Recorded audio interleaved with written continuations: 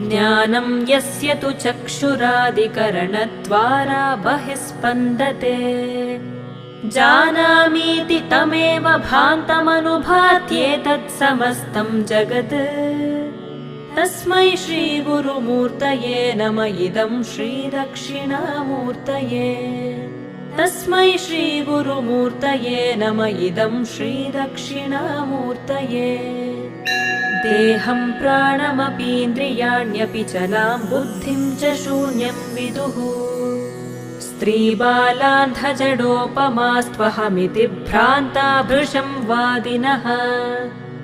मायाशक्तिविलासकल्पितमहाव्यामोहसंहारिणे तस्मै श्रीगुरुमूर्तये नम इदं श्रीदक्षिणामूर्तये तस्मै श्रीगुरुमूर्तये नम इदं श्रीदक्षिण